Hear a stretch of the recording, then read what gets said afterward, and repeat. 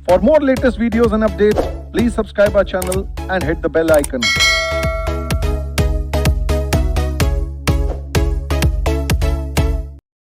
आओ जी स्टार्ट करते हैं। मैं करता हूं ठीक है। हमारे पास जो हमारा सब्जेक्ट है, आराम से देखना, फाइनेंशियल अकाउंटिंग, यही है जी। आराम से समझना, कोई जल्दबाजी नहीं है।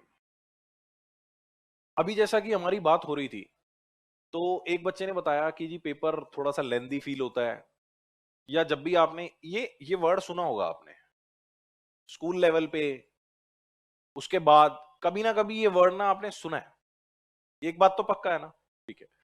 अब ये इसके बारे में कहा जाता है कि जी ये लेंदी है, टफ है, फॉर्मेट है, ये है, वो है, सब कुछ कहा जाता है। मैं आपको एक सिंपल सी चीज बताऊं, आप मुझे सिर्फ एक चीज प्रॉमिस करो, मैं आपको ये हेल्प करूंगा कि ये सब्जेक्ट आपकी क्या बने, स्ट्रेंथ बने। और ये बनेगा। ये अगले 1 घंटे में आपको पता चल जाएगा कि ये सब्जेक्ट आपकी स्ट्रेंथ कैसे बनेगा। अगले 1 घंटे में हम टॉपिक ही पढ़ेंगे, हम ऐसा कोई और बातें नहीं करेंगे, सिलेबस रिलेटेड बात ही करेंगे, टॉपिक ही शुरू करूंगा, मीनिंग ही समझाऊंगा, सब कुछ करूंगा। लेकिन ये सब्जेक्ट आपकी स्ट्रेंथ बनेगा, इस बात की गारंटी मेरी है। लेकिन उससे, उस गारंटी के लिए एक छोटी सी कंडीशन है। कंडीशन या आपकी तरफ से एक प्रॉमिस। और वो प्रॉमिस पता क्या है? इधर देखना, वो प्रॉमिस है रेगुलरिटी। मेरी बात बहुत ध्यान से समझना। ये वर्ड ना देखने में बहुत छोटा लगता है। Sir what do you mean by regularity?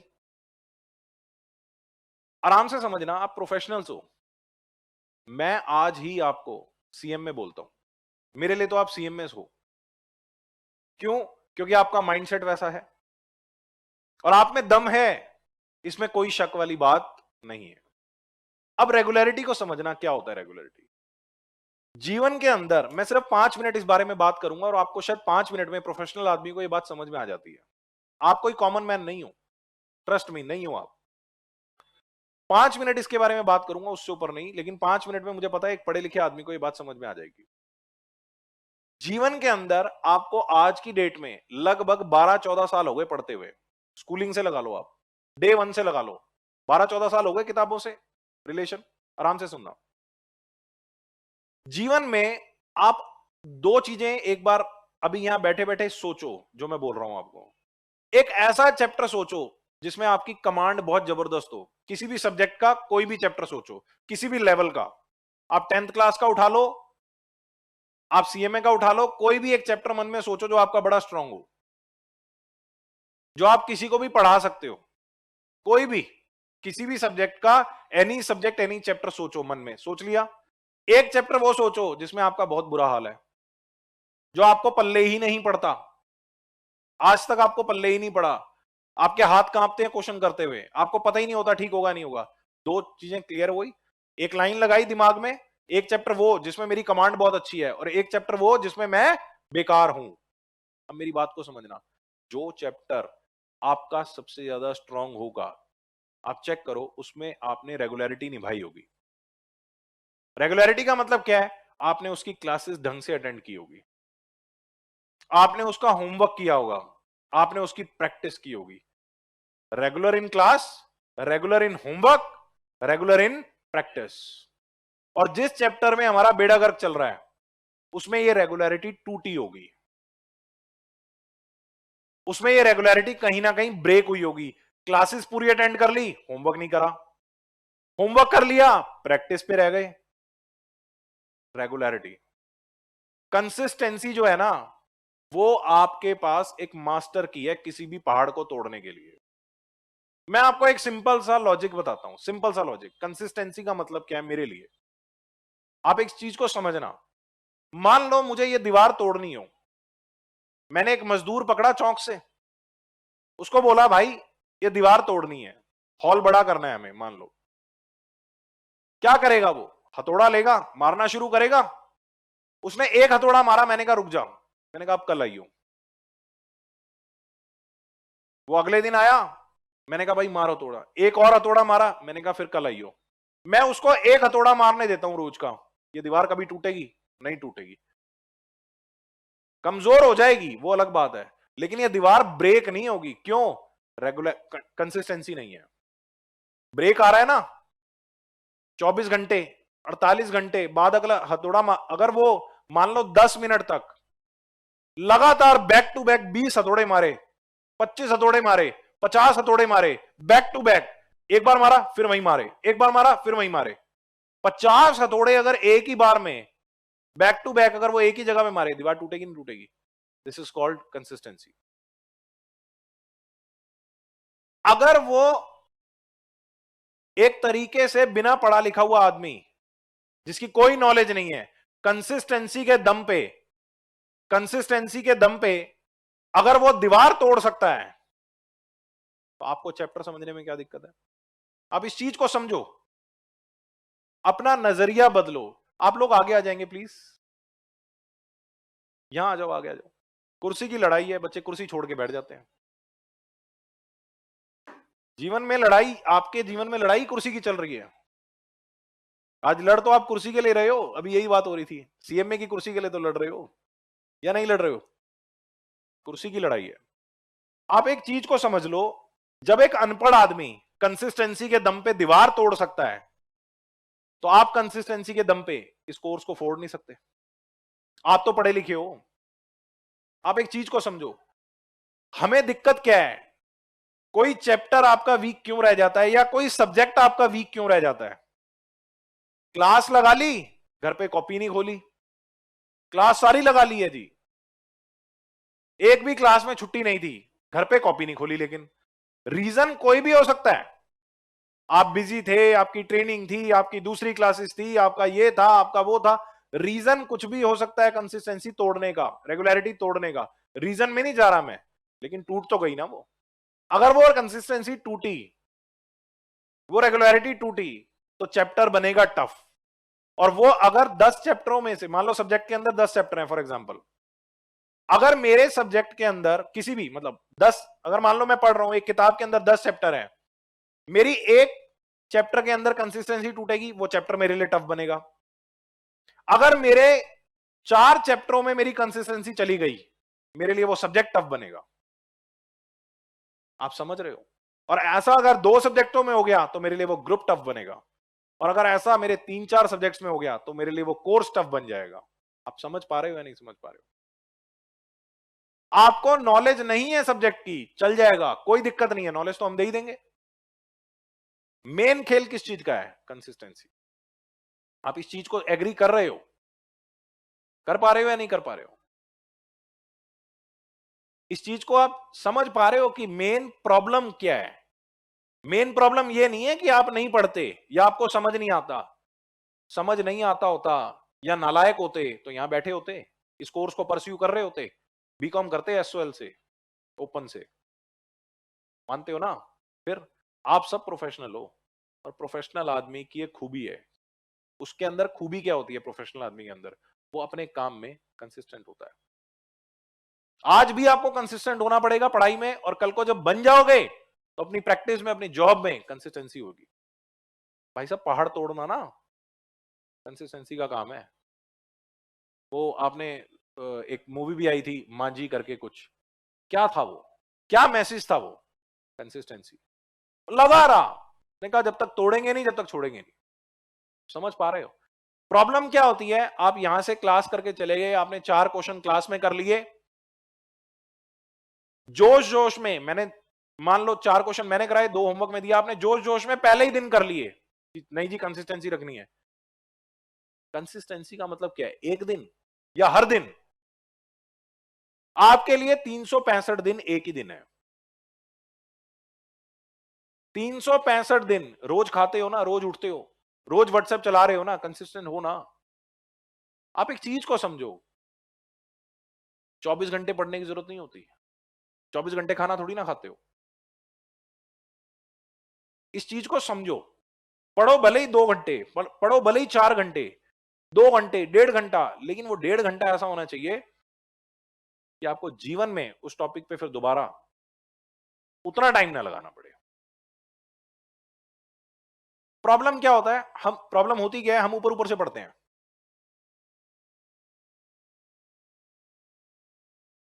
दिक्कतें हैं, आप उसको आइडेंटिफाई करो। बच्चे कहते हैं पेपर के जैसे जैसे पेपर पास आते हैं नींद सेक्रीफाइस करनी शुरू कर देते हैं, गलत तरीका है। आप परफॉर्म ही नहीं कर पाओगे, आप परफॉर्म ही नहीं कर पाओगे। मेरा मानना यह है कि नींद जो है ना, नींद, सोना, वो प्रिपरेशन का पार्ट है, वो प्रिपरेशन का पार्ट है। रीजन, कल मेरा पेपर है, अगर आज मैं 3 घंटे सोऊंगा तो मैं कल पेपर क्या दूंगा? मुझे आज 8 घंटे की नींद चाहिए। क्यों? पीस ऑफ माइंड आएगा। जैसे ही आप उठोगे 1 घंटा लगेगा, आप तरोताजा हो जाओगे और उसके बाद आप परफॉर्म कर सकते हो। पागल नहीं होना है, अपना काम करना है। छोटा सा एग्जांपल, चींटी, ये दीवार कैसे चढ़ जाती है? चींटी से आप बहुत कुछ सीख सकते हो। चींटी अगर यहां दीवार पे चढ़ रही है तो वो ये इतनी सी चींटी है, आप सोचो। कोई पढ़ाई लिखाई की नॉलेज नहीं है उसे, लेकिन क्या जिद है, जाना है। क्या है उसके अंदर? कंसिस्टेंसी। वो लगातार जा रही है, जा रही है, जा रही है, जा रही है, पहुंच जाती है ना ऊपर। कई बार देखते होगे चींटियां चल रही हैं जी वहां पे, वहां पहुंच कैसे गई वो? कुछ भी हुआ होगा, गई तो जमीन से ही है, कुछ भी हुआ होगा। आपको रेगुलरिटी, मैं सिर्फ आपसे इतनी सी बात कह रहा हूं, आप रेगुलरिटी मत तोड़ना क्लास में। रेगुलरिटी का मतलब यह है, बच्चे ने एक क्लास अटेंड की, फिर बच्चा कहता है जी बैकअप देख लूंगा 2 क्लास, फिर आ जाते हैं। जो आप यहां आके सीख सकते हो ना, ठीक है, किसी की डिस्टेंस की वजह से मजबूरी है तो वो बात अलग है। कोई जेन्युइन केस है कि भैया मेरे को मेडिकल प्रॉब्लम हो गई थी या मेरा कोई एग्जाम था दूसरा, वो एक जेन्युइन रीजन हो सकते हैं आपके, लेकिन अपने बिहेवियर को चेंज करो। आप प्रोफेशनल हो, इसमें कोई दो राय, मेरे को तो कोई शक नहीं है। इंस्टीट्यूट को टाइम लगेगा आपको डिग्री देने में, आप पेपर दोगे, वो डिग्री देंगे, लेकिन आज आप प्रोफेशनल हो, इस चीज को मानो आप। अभी मैं कह रहा था ना, सड़क पे चलते हो तो दूसरे बच्चे से अलग हो, उसका माइंडसेट नहीं है, आपका माइंडसेट है। प्रोफेशनल कोर्स कर रहे हो आप, आज आपके बिहेवियर में बहुत बड़ा चेंज है। समझ पा रहे हो इस बात को? आज से 4 साल पहले नहीं था, आज है। बात समझ पा रहे हो या नहीं? तो सिर्फ इतनी सी रिक्वेस्ट कर रहा हूं, रेगुलरिटी देना। रेगुलरिटी का मतलब ये है, रेगुलरिटी से मैं 3 मुख्य बातें बोलता हूं, इधर देखना। 3 मुख्य बातें जो रेगुलरिटी में मुझे समझ में आती हैं, इधर देखना। एक तो क्लास के अंदर रेगुलर रहना है, अननेसेसरली छुट्टी नहीं करनी। किसी का कोई जेन्युइन रीजन है तो आप छुट्टी कर लो, कोई दिक्कत नहीं, बैकअप लिख लो, ठीक है। दूसरी बात, एक रजिस्टर प्रॉपर लगाना है। पेज नंबर आप लिखो, हर रजिस्टर पे जब पेज चल रहा है, पेज नंबर 1, 2, 3, इसकी इंपॉर्टेंस आपको समझ में आएगी। इसकी इंपॉर्टेंस आपको आज की क्लास में ही समझ में आ जाएगी। और रजिस्टर प्रॉपर, आज आपके पास जो रजिस्टर है 300 400 पेज जो भी है, प्रॉपर मेंटेन्ड होना चाहिए। ऐसा नहीं है पेपर के टाइम पे हम ढूंढ रहे हैं, अरे वो कंसाइनमेंट किसमें किया था, जॉइंट वेंचर किसमें किया था, एनपीओ किसमें किया था, और एक आधा अगर गुम हो गया तो बस होती है प्रॉब्लम, क्या नहीं। अगर रजिस्टर ढंग से बना होगा, क्लास ढंग से लगी होगी, और ट्रस्ट मी, अगर आपने रिवीजन ईमानदारी से की होगी, इन 3 चीजों में अगर आप रेगुलरिटी दिखा दोगे कि क्लास में मैं रेगुलर हूं, रजिस्टर मेरा प्रॉपर बना हुआ है, रेगुलर बना हुआ है रजिस्टर भी, ऐसा नहीं है कि ब्रेक्स में मैंने कुछ कॉन्सेप्ट लिखा है, कुछ छोड़ दिया है, कुछ छोड़ दिया है, कुछ लिखा हुआ है, वो नहीं। और उसके बाद रिवीजन। बात समझ में आ रही है? और इधर देखना, अब हम अपने टॉपिक को शुरू करेंगे। हम पढ़ेंगे कैसे, मैं आपको बताता हूं। मैं आपको सबसे पहली बात बता रहा हूं कि कोई भी टॉपिक हो, कोई भी चैप्टर हो, 2 चीजें होती हैं। पहले आप उसका करेक्ट मीनिंग समझ लो, पहले आप उसका क्या समझ लो, करेक्ट मीनिंग, और उसके बाद उसका यूज समझ लो। यूज का मतलब वाई, हम ये पढ़ क्यों रहे हैं, इसका काम क्या है। क्योंकि जब तक आपको चीज की यूटिलिटी नहीं पता लगेगी, मजा नहीं आता। आपको पता होना चाहिए कि इस्तेमाल कहां होना है, ये इस्तेमाल कहां होना है। और ये मैंने बहुत बढ़िया बात लिखी हुई है, करेक्ट मीनिंग। कई बार बच्चों को मीनिंग पता होता है, करेक्ट मीनिंग नहीं पता होता। और जब सिर्फ मीनिंग पता हो ना और वो करेक्ट ना हो, तो वो कैंसर से खतरनाक हो जाता है। वो कैंसर से खतरनाक हो जाता है। मेरे को मीनिंग पता है लेकिन वो करेक्ट नहीं है, गलत मीनिंग पता है मुझे। आज की क्लास में प्रूव करूंगा सारी बातें, अभी 2 मिनट बाद। 1 घंटे बाद मैंने आपको कहा ना, अप्रोच ही चेंज हो जाएगी आपकी, ट्रस्ट मी। ये सब्जेक्ट आपकी स्ट्रेंथ बनेगा, ये मेरा वायदा है। रिकॉर्डिंग हो रही है, कौन रिकॉर्ड जा रहा है, सब मैं झूठ थोड़ा ना बोल रहा हूं। बस आपकी तरफ से ये वाला प्रॉमिस चाहिए, आप सिंसियरली क्लास ईमानदारी से अटेंड करोगे, सबसे पहला काम वो है। बात समझ में आ रही है? मैं तो इतनी बात भी बोलता हूं, अगर आपकी कभी तबीयत भी खराब है ना, आप क्लास में आके बैठ जाओ, नोटिंग मत करो, सुनोगे तो सही ना। अगर इतना बॉडी साथ दे रही है आपकी कि आप आ सकते हो, बैठ सकते हो, बैठ के सुन जाओ, इन्वायरमेंट ही पूरा चेंज हो जाता है। आप समझ रहे हो? आप बैठ के सुन गए ना, हाँ ठीक है जी, मैंने सुन लिया, मेरी नोटिंग रहती है, मैं कर लूंगा, या उसी लेक्चर के किसी भी दोस्त से फोटोकॉपी करा लिया क्लास नोट्स। यही तो चीज है ना, आप समझ रहे हो मेरी बात को? आज जैसा कर दोगे, आज जो इनपुट, आपने एक चीज सोची होगी, इधर देखना, input, the quality of output depends upon, बोलो, आउटपुट की क्वालिटी किस पे डिपेंड करती है? क्वालिटी ऑफ, आज क्या टाइम है इनपुट डालने का? अगर आज इनपुट घटिया डल गए, आउटपुट कैसी है? ये समझ पा रहे हो ना आप इतनी बात तो, है कि नहीं? आओ जी, टॉपिक का करेक्ट मीनिंग पता होना चाहिए, चैप्टर कॉन्सेप्ट कुछ भी चल रहा है उसका करेक्ट मीनिंग, और उसके बाद उसका यूज, कि भैया ये पढ़ क्यों रहे हैं, इसका यूज क्या है। जब तक यूटिलिटी नहीं पता लगती ना, जब तक मजा नहीं आता क्वेश्चन सॉल्व करने में। क्लियर है? इधर देखना, अब मैं आपसे बात कर रहा हूं, थोड़ी सी बात को समझते हैं। अगर मैं फाइनेंशियल अकाउंटिंग की बात करूं, तो क्या होती है अकाउंटिंग, क्या होती है? आराम से सुनना, अकाउंटिंग का मतलब क्या होता है? ये वर्ड ना हर जगह आता है, मैनेजमेंट अकाउंटिंग, कॉस्ट अकाउंटिंग, होता है या नहीं होता? अकाउंटिंग क्या होता है, आराम से समझना। अभी कुछ भी लिखने की जरूरत नहीं है, जहां लिखना होगा मैं आपको खुद ब खुद बता दूंगा।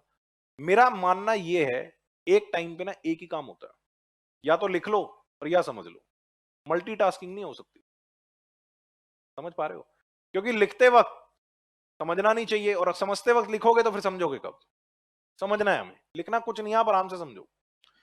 अकाउंटिंग का मतलब क्या है, आराम से समझते हैं। अकाउंटिंग का मतलब है सिस्टमैटिक रिकॉर्ड्स। मैं हर वर्ड का मीनिंग समझाऊंगा आपको, 2-5 मिनट इसमें लूंगा, फिर टॉपिक शुरू करेंगे अपना। अकाउंटिंग का मतलब क्या होता है? Systematic records. Sir what do you mean by systematic? अभी समझ में आ जाएगा, रिकॉर्ड भी समझ में आ जाएगा। रिकॉर्ड्स का मतलब क्या होता है? रिकॉर्ड्स का मतलब क्या है, और रिकॉर्ड बनाने जरूरी क्यों है? मान लो एक बिजनेस, आप एक बिजनेस चला रहे हो, आप क्यों रिकॉर्ड बना रहे हो? क्या होते हैं रिकॉर्ड? हमें क्यों जरूरत पड़ती है? अभी आया था ना, वाई, यूटिलिटी, समझ रहे हो? करेक्ट मीनिंग, सिस्टमैटिक वर्ड समझाऊंगा। बताओ जी, एक आदमी बिजनेस क्यों करता है? बताओ। To earn profit. कोई भी व्यक्ति देश में कंपनी की फॉर्म में काम कर रहा हो, पार्टनरशिप की फॉर्म में काम कर रहा हो, सोल प्रोप्राइटर की कैपेसिटी में काम कर रहा हो, वो बिजनेस चला ही क्यों रहा है? To earn money. उसको एग्जैक्ट कितना प्रॉफिट हुआ ये उसे पता कैसे चलेगा? एग्जैक्ट कितना प्रॉफिट हुआ पता कैसे चलेगा? बोलो, रिकॉर्ड से। जिस प्रकार स्कूल लेवल पे आपकी जो टीचर होती थी, वो आपकी रिपोर्ट कार्ड बनाती थी, उस रिपोर्ट कार्ड को अगर आप एक बार सोचो, विजुलाइज करो, तो उसमें आपके यूटी टूटी फ्रूटी के मार्क्स होते थे। यूटी टूटी फ्रूटी कुछ नहीं, मैं बोलता हूं। बोलो जी, मंथली टेस्ट, पीरियोडिक टेस्ट, बोलो, मिड टर्म, फर्स्ट टर्म, कुछ ऐसा होता था। ईयर एंड पे उस व्यक्ति को यह पता चलता था कि ये बच्चा पास हुआ या फेल। इसी प्रकार जब हम रिकॉर्ड बनाएंगे तो हमें यह पता लगेगा कि हमें बिजनेस में प्रॉफिट हो रहा है या लॉस। अब सवाल यह आता है, सर रिकॉर्डिंग का मतलब तो समझ में आ गया, रिकॉर्ड का मतलब समझ में आ गया, ये सिस्टमैटिक वर्ड क्या है? और ये सिस्टमैटिक वर्ड सिस्टमैटिक ही क्यों, सिंपल रिकॉर्ड क्यों नहीं? सिस्टमैटिक का मतलब क्या है, आराम से सुनना। क्या देश में सड़क पे चलने के कुछ नियम कायदे कानून है क्या? सर सिंपल है, रेड हो चल पड़ो, ग्रीन हो रुक जाओ। बताओ जी, ये नियम है या नियम क्या है? बोलो, नियम क्या है? रेड हो तो रुको, ग्रीन हो तो कुछ है? नहीं, कुछ नियम कायदे कानून है, तो रिकॉर्ड बनाने से रिलेटेड भी कुछ नियम कायदे कानून हो सकते हैं कि रिकॉर्ड बनाते समय ये प्रिंसिपल्स, ये पॉलिसी, ये प्रोसीजर, ये फॉर्मेट आपको फॉलो करने पड़ेंगे। अगर सरकार के द्वारा ये चीजें डिफाइंड नहीं होंगी, जैसे एक वर्ड आएगा अकाउंटिंग स्टैंडर्ड, आपको बताऊंगा मैं। अभी आप ये मानो सरकार के द्वारा, अभी के लिए आप ये मानो सरकार के द्वारा अगर नियम कायदे कानून डिफाइन ना करे जाएं तो फिर होगा क्या? अगर सरकार ना बताए कि रिकॉर्ड किस फॉर्मेट में बनेंगे, क्या होगा, क्या पॉलिसी प्रोसीजर है, क्या अजम्पशन है, क्या प्रिंसिपल है, अगर सरकार ना बताए तो क्या हो जाएगा? हर व्यक्ति अपने हिसाब से रिकॉर्ड बनाएगा। बोलो, क्या वो अपने अपने हिसाब से बने हुए रिकॉर्ड्स एक्सेप्टेबल टू एवरीवन होंगे? नहीं होंगे। इसीलिए सरकार को, अभी के लिए सरकार बोल रहा हूं मैं, इसीलिए सरकार को आपको एक सेट फॉर्मेट देना पड़ेगा। क्यों? ताकि एक कंसिस्टेंसी आए। हर व्यक्ति जो मार्केट में काम कर रहा है, हर व्यक्ति जो बाजार में काम कर रहा है, उसके रिकॉर्ड्स सिमिलर तरीके से बने होंगे तो वो एक्सेप्टेबल टू एवरीवन होंगे। मैं एक छोटा सा एग्जांपल लेता हूं। मान लो सरकार की तरफ से कोई पॉलिसी, प्रोसीजर, कोई स्टैंडर्ड, कोई फॉर्मेट है ही नहीं। सरकार कहती है अपने आप बनाओ, जैसे बनाने हैं, हमें नहीं पता। और हम सारे बिजनेसमैन हैं, मैंने अपने रिकॉर्ड बनाए अपने तरीके से, आपने बनाए अपने तरीके से, इन्होंने बनाए इनके तरीके से, मार्केट में जितने लोग हैं उतने तरीके हैं। मान लो हम सबको लोन चाहिए, किसी को 50,000, किसी को 5 लाख, किसी को 10 लाख। हम बैंक के पास गए, बैंक ने कहा जी क्या कमाते हो? हमने कहा कमाई का मत पूछो, कमाई बहुत है। कहते नहीं, रिकॉर्ड दिखाओ, रिकॉर्ड। मैं अपने रिकॉर्ड लेके गया, वो मेरे हिसाब से बने हुए थे। आप अपने लेके गए, वो आपके हिसाब से बने हुए थे। ये अपने लेके गए, इनके हिसाब से बने हुए थे। बैंक पागल नहीं हो जाएगा? बैंक कहेगा जितने एप्लीकेंट हैं सबके रिकॉर्ड अलग अलग तरीके से बने हुए, कोई फॉर्मेट ही नहीं है। बोलो, पागल हो जाएंगे नहीं हो जाएंगे? तो क्या एक फॉर्मेट होना चाहिए, एक सिंप्लिसिटी, मतलब एक set policy, set of rules होना चाहिए, नहीं होना चाहिए कि इन बातों का ध्यान रखना है भाई, रिकॉर्ड कोई भी बनाए। तो इसीलिए मैंने क्या लिखा वर्ड, सिस्टमैटिक रिकॉर्ड। बात समझ में आ रही है? नहीं तो रिकॉर्ड तो सड़क पे सब्जी बेचने वाला भी रखता है, छोटी सी डायरी रखता है पॉकेट में। रखता है नहीं रखता? बताओ मुझे। क्या वो एक्सेप्टेबल टू एवरीवन है? मतलब ही नहीं है। बैंक वाले उस डायरी को देख के लोन दे देंगे?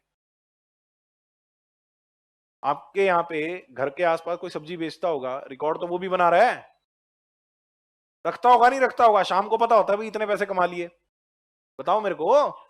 पर वो एक्सेप्टेबल टू एवरीवन, जिसने सिस्टमैटिक बनाया, जिसने वो सेट ऑफ रूल्स को फॉलो किया, पॉलिसी प्रोसीजर फॉलो किए, उसके रिकॉर्ड कैसे हैं? सिस्टमैटिक हैं और उसी के एक्सेप्टेबल हैं।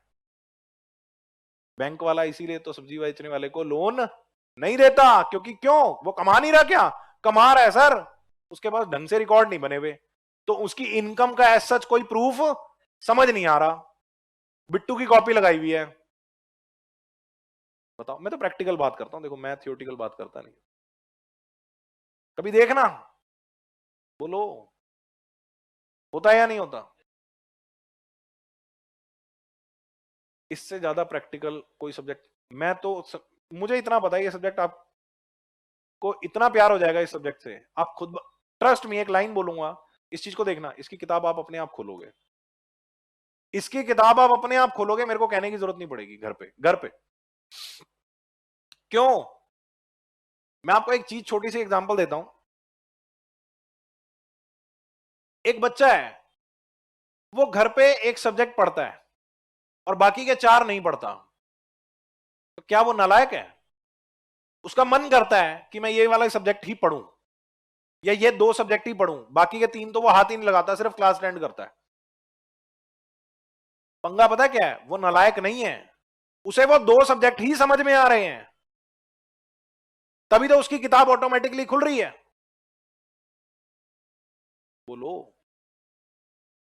वो 3 उसको नहीं समझ आ रहे क्योंकि वो उस तरीके से नहीं पढ़ाए जा रहे या नहीं पढ़ रहा वो, तभी तो वो बच्चा नालायक थोड़ी ना। अब जैसे आपके साथ हुआ बचपन में, मैं आपको बताता हूं, मैथ्स जैसा सब्जेक्ट था, मैथ्स की पढ़ाने की अप्रोच पता है क्या है? बचपन में 3.1, सीधा 3.1, उसका क्वेश्चन नंबर 5, मैथ्स की पहली क्लास में क्वेश्चन होता है और 5 क्वेश्चन होते हैं। पहले 3 वो जो टीचर को बहुत अच्छे से आते हैं, आसान, फिर एक टफ सा दिखा देते हैं, अभी मैथ्स है ये, थोड़ा टफ तो बताना पड़ेगा। होता है नहीं होता? आज तक बचपन में 3.1 सीधा शुरू कराते हैं, जो पहले के 20 पेज जिस पे प्रॉपर्टी प्रिंसिपल लिखे हुए हैं, कोई नहीं पढ़ाता। इसीलिए तो मैथ्स टफ है। सीधा 3.1, ओ भाई साहब। और दूसरी क्लास में तो 3.4, कहते 2-3 से क्वेश्चन ही नहीं आता। बात समझ में आ रही है? बच्चे से पूछ लो ये ऐसे क्यों होता है जी, होता है ऐसी है, ऐसी कराया सर ने। कितनी गलत अप्रोच है पढ़ने की। कितने लोगों ने आज तक मैथ्स में प्रॉपर्टी पढ़ी, प्रिंसिपल पढ़े, आपने प्रॉपर्टीज पढ़ी कि ये इसकी प्रॉपर्टी है, तभी तो वो टफ था, तभी तो हाय हाय मैथ्स के नाम से हाय हाय। होता है नहीं होता? मैथ्स क्यों डिफिकल्ट लगता था? बस वो 1-2 ही चैप्टर करते थे आप बार बार। जब भी होता था मैथ्स की रिवीजन करनी है, चलो वो चैप्टर करते हैं, सबसे आसान ही है। इंटीग्रेशन की रिवीजन नहीं करते थे, कहते ये नहीं होगा। बात समझ रहे हो मेरी बात को? सिस्टमैटिक रिकॉर्ड समझ में आया? What do you mean by systematic record? वो रिकॉर्ड, वो बिजनेस के रिकॉर्ड जो एक proper policy, procedure, set of rules को फॉलो करके बनाए जाएं। और एक प्रोफेशनल आदमी सिस्टमैटिक रिकॉर्ड बना के देगा या अनसिस्टमैटिक? सिस्टमैटिक। बात समझ में आ रही है या नहीं? पक्की बात है या नहीं? अब इधर देखना, हमारे सब्जेक्ट में बहुत से चैप्टर्स हैं, बहुत से चैप्टर हैं हमारे सब्जेक्ट में। अगर मैं बात करूं, बेसिक बातें भी बहुत हैं। बेसिक बातों का मतलब जर्नल, लेजर, ऐसे ऐसे वर्ड सुने आप सब लोग कॉमर्स बैकग्राउंड से, ये वर्ड सुने? सर सुने नहीं है, सुने सुने हैं, बहुत पहले, करोड़ों वर्षों पहले सुने थे ये वर्ड। जर्नल लेजर जैसा वर्ड सुना था कभी जीवन में? सुना है? तो ये बेसिक बातें हैं, journal, ledger, trial balance, cash book, फलाना ढिमकाना, और भी बड़ी सारी बातें मैं सब लिखवाऊंगा। अभी सिर्फ हम बेसिक बात कर रहे हैं, उसके बेसिक शुरू नहीं कर रहे। कहीं सोच रहे हो जर्नल शुरू कराएंगे, what is debit, what is credit, खून में चला गया अब तो, समझ रहे हो? बेसिक बात नहीं करेंगे आज, वो बात करेंगे जो आपको शायद थोड़ी सी पता होगी लेकिन गलत पता होगी। इसके बाद बड़े सारे चैप्टर आएंगे, जैसे consignment, joint venture, NPO, financial statement, depreciation, फलाना ढिमकाना, पार्टनरशिप। बात समझ रहे हो? कुछ टॉपिक ऐसे हैं जो आपने स्कूल लेवल पे भी पढ़े होंगे, पढ़े होंगे कॉलेज में, यस और नो? बात समझ नहीं? एक टॉपिक शुरू कर रहा हूं मैं, डिटेल हम बाद में देखेंगे क्योंकि डिटेल में ही टाइम निकल जाएगा, अदरवाइज हम जो समझना चाहते हैं इस सब्जेक्ट के, इसको पढ़ना कैसे चाहिए वो समझते हैं। टॉपिक शुरू कर रहा हूं मैं आपके साथ, इधर देखना। एक टॉपिक है आपके फाइनेंशियल अकाउंटिंग में, एक टॉपिक है, आराम से सुनना, कोई नोटिंग में करा ही नहीं रहा, मैं नहीं करा रहा। पार्टनरशिप का टॉपिक है। सर ये टॉपिक भी सुना सुना है, इनफैक्ट ये टॉपिक 12th लेवल पे भी था। उतना तो पढ़ना ही है, जितना 12th लेवल पे था उतना तो है ही है। यहां पे एडवांस भी है, कहीं सोच रहे हो रिपीट कर रहे हैं कि वहीं से कॉपी करके यहां डाल दिया होगा, नहीं, एडवांस लेवल भी है। मतलब पार्टनरशिप में बहुत सी बातें करने वाली जो आज तक आपने नहीं सुनी। सर अगर मैं इस पेपर, इस टॉपिक की पेपर में वेटेज की बात करूं, इस टॉपिक की पेपर में वेटेज की बात करूं, तो अप्रोक्सीमेटली अगर हम बात करें 20 मार्क्स। कितने हैं जी? 20 मार्क्स। और पढ़ने के लिए इतना कुछ है इसमें, आपको मजा आ जाएगा। बात समझ में आ रही है? पढ़ने के लिए इतना कुछ है, वो नहीं, सिर्फ वो नहीं है जो आपने आज तक पढ़ रखा है, उसके अलावा भी बहुत कुछ है। इस टॉपिक को मैं सबसे वैल्यूएबल टॉपिक मानता हूं, सबसे स्कोरिंग टॉपिक मानता हूं। इसका एक पार्ट मैं शुरू कर रहा हूं आपके साथ, सिर्फ समझना है, नोटिंग कुछ नहीं है अभी। मैं बहुत बढ़िया नोट्स बनवा दूंगा, टेंशन वाली कोई बात नहीं। मैंने कहा ना, रजिस्टर, ट्रस्ट में अपने आप खुलेगा घर पे। इधर देखना जी, आपने पार्टनरशिप, अच्छा क्या होती है पार्टनरशिप? सिंपल डेफिनेशन देना, क्योंकि प्रोफेशनल बच्चे होते हैं खतरनाक, वो सीधा बोलते हैं एज पर सेक्शन। वो सेक्शन नहीं, मेरे को देसी डेफिनेशन बताओ। प्रोफेशनल बच्चों से ना डर बड़ा लगता है, कहते कौन से सेक्शन में लिखा। सेक्शन पहले निकाल लेते हैं। क्या होती है पार्टनरशिप? क्या होती है पार्टनरशिप? सिंपल सिंपल, जब दो या दो से अधिक लोग साथ में मिलके व्यापार करें, वो ये पार्टनरशिप। पक्की बात है, इतनी बात में किसी को कोई दिक्कत? पक्की बात है, चलो जी। अब मैं एक वर्ड लिखता हूं, देखना इस वर्ड को लेके कितना कुछ दिक्कत वाली कहानी है।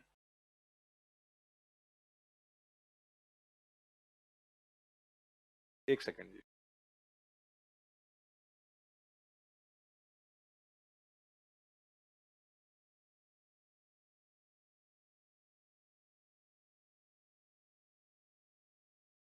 आराम से समझना। एक वर्ड है गुडविल। एक वर्ड क्या है? गुडविल। आराम से समझना। अब यहां से आपको यह समझ में आएगा कि मैं इस सब्जेक्ट को अपनी स्ट्रेंथ कैसे, मैं एक टॉपिक उठा रहा हूं, ऐसा हम हर टॉपिक में करेंगे। इस सब्जेक्ट को मतलब इस सब्जेक्ट को स्ट्रेंथ कैसे बनाना है वो समझ में आ जाएगा अभी आपको 10 मिनट में। अब गुडविल क्या है, याद रखना मैंने दो चीजें बोली थी, करेक्ट मीनिंग और फिर यूज। मैं हर टॉपिक को ऐसे ही पढ़ाऊंगा आपको। हम कोई भी चैप्टर का नाम लिखेंगे, कोई भी टॉपिक का नाम लिखेंगे, कोई भी कॉन्सेप्ट का नाम लिखेंगे, पहले तो समझेंगे उसका करेक्ट मीनिंग और फिर हम उसका यूज समझेंगे। द मोमेंट हमें यूटिलिटी समझ में आ जाए कि इसका यूज क्या है, आप कोई भी क्वेश्चन कर लो, कहीं से भी कर लो, सारे हो जाएंगे। क्योंकि आप उस तरीके से सोचोगे कि इसका मीनिंग ये है, तो हाँ यार ये सॉल्यूशन होना चाहिए। बात समझ में आ रही है? इधर देखना, गुडविल का मतलब क्या होता है। अगर मैं भारत में किसी भी आम आदमी से बात कर, सॉरी केजरीवाल नहीं, आम आदमी, कॉमन मैन, किसी भी व्यक्ति से पूछूं, आपसे भी पूछूं, रैंडमली किसी से भी पूछूं सड़क पे चलते हुए कि भाई गुडविल का मतलब क्या है, तो सामने से जवाब क्या मिलेगा? रेपुटेशन, गुड नेम, ऐसी ऐसी बातें, भयंकर बातें सुनने को मिलेंगी। बोलो, किताबों में भी लिखा जाता है, किताबों में भी लिखा जाता है। यस और नो? गुडविल कितने लोग ये मानते हैं कि सर अगर हम सड़क पे चलते हुए किसी आदमी से बात कर लें और हम बोले कि भाई गुडविल क्या होती है, तो अगला क्या जवाब देगा? रेपुटेशन, गुड नेम, बढ़िया नाम, फलाना ढिमकाना, कुछ इसी तरह की बातें बोलेगा। कितने लोग आप में से इस बात को एग्री करते हैं? बताओ जी। सब लोग। और कहीं ना कहीं अगर मैं गलत नहीं हूं तो आपको भी शायद यही मीनिंग पता है। अब ये तो आपको मीनिंग पता है, करेक्ट मीनिंग समझना। और इसका मतलब गलत पढ़ रहे थे आज तक? आप पढ़ रहे थे जनरल मीनिंग उसका। इस सब्जेक्ट के कंटेक्स्ट में गुडविल का मतलब ही कुछ और है। हाँ, आम आदमी बोलता होगा कि गुडविल का मतलब रेपुटेशन है। फाइनेंशियल अकाउंटिंग या आगे चल के कॉर्पोरेट अकाउंटिंग, अकाउंटिंग के कंटेक्स्ट में मीनिंग को समझ लो पहले तो, कि गुडविल का मतलब क्या है। बात समझ में आ रही है? बहुत बढ़िया तरीके से समझना गुडविल का मतलब क्या है। और फिर आएंगे कि रेपुटेशन क्यों नहीं है। दोनों बातें समझनी पड़ेगी ना। बचपन से आज तक क्या सुनते आए हैं? Reputation, good name. और फिर हम समझेंगे कि जो आप कह रहे हो वो ठीक कैसे है। पहले हम मेरी बात कर लेते हैं। गुडविल का मतलब क्या है, सुनना। भविष्य में, मेरी तरफ देखो एक बार सब, भविष्य में जो मैं दूसरों से ज्यादा कमाऊंगा, फ्यूचर में जो मैं दूसरों से ज्यादा कमाऊंगा due to my past hard work. मान लो फ्यूचर में दूसरे व्यक्ति ने कमाने हैं 10 लाख, फ्यूचर में, मैं दोबारा बोल रहा हूं, फ्यूचर में दूसरे व्यक्ति ने कितना कमाना है? 10 लाख, मैंने कमाने 15। सर फ्यूचर की कमाई आपको कैसे पता चल जाएगी? आप अंतर्यामी हो, बाबा हो, वो भी देख लेंगे। बाबा थोड़ी ना, कोई मेथड होते होंगे, आइडेंटिफाई कर सकते होंगे। बोलो, मेरे कॉम्पिटिटर ने, दूसरे आदमी ने कमाने हैं कितने? 10 लाख, मैंने कमाने हैं जी 15 लाख। तो मुझे बताओ मैंने एक्स्ट्रा कितना कमाना है? 5 लाख। इस 5 लाख के पीछे राज होना चाहिए, पास्ट हार्डवर्क। ये जो 5 लाख रुपए मुझे एक्स्ट्रा आने वाले हैं, जो 5 लाख मुझे एक्स्ट्रा आने वाले हैं, इसके पीछे रीजन क्या होना चाहिए? Past hard work, past hard work. अगर उस 5 लाख के पीछे पास्ट की मेहनत छुपी है तो वो 5 लाख रुपए आपकी क्या है? गुडविल। क्या मैं गुडविल को सिंपली डिफाइन कर सकता हूं? Extra earning in future due to past hard work. बोल सकता हूं या नहीं बोल सकता हूं? बोलो, क्लियर है या नहीं? मेरा मीनिंग जो अभी मैंने आज आपको बताया वो क्या है, अभी प्रूव करेंगे सारी बातें धीरे धीरे। मैंने अपना मीनिंग क्या बताया आपको? मैं कहा जी भविष्य में जो दूसरों से ज्यादा कमाना है, ज्यादा कमाई के पीछे कारण क्या है? Past hard work. वो 5 लाख रुपए हमारी क्या होगा? बात समझ में आई? एक छोटा सा एग्जांपल लेते हैं, रफ एग्जांपल है, सिलेबस से इस एग्जांपल का कोई लेना देना नहीं है, आराम से समझते हैं। रफ एग्जांपल है, रफ। आज मुझे एक बात बताओ, आज आप मेहनत कर रहे हो नहीं कर रहे हो? आज आप मेहनत कर रहे हो नहीं कर रहे हो? रफ एग्जांपल मान लेते हैं आपका एक फ्रेंड है जो बीकॉम कर रहा है एसओएल से। हो सकता है कोई ना कोई फ्रेंड अड़ोस पड़ोस में, ठीक है जी। आज से 4 साल बाद या 3 साल बाद या 5 साल बाद आपको एक कंपनी से दोनों लोगों को कॉल आया, उसको भी और आपको भी। आप दोनों इंटरव्यू के लिए गए। उसको कंपनी वाले ने बोला कि जी हम आपको 25,000 रुपए महीना देंगे, तो आपका एनुअल पैकेज कितना है? 3 लाख। आपके दोस्त को कितना पैकेज ऑफर हुआ? और 5 साल का बॉन्ड भरवा रहे हैं। कब तक नौकरी नहीं छोड़ सकते? मुझे बता सकते हो 5 साल में आपका दोस्त कितना कमाएगा? 15 लाख। 25,000 रुपए महीना मल्टीप्लाई बाय 12, तो 1 साल का कितना? 3 लाख। 5 साल की कमिटमेंट करनी पड़ेगी, तो कितना टोटल? 15 लाख। पक्की बात है। ये दोस्त की क्या है? Future earning. ये दोस्त की क्या है? आपको अंदर बुलाया,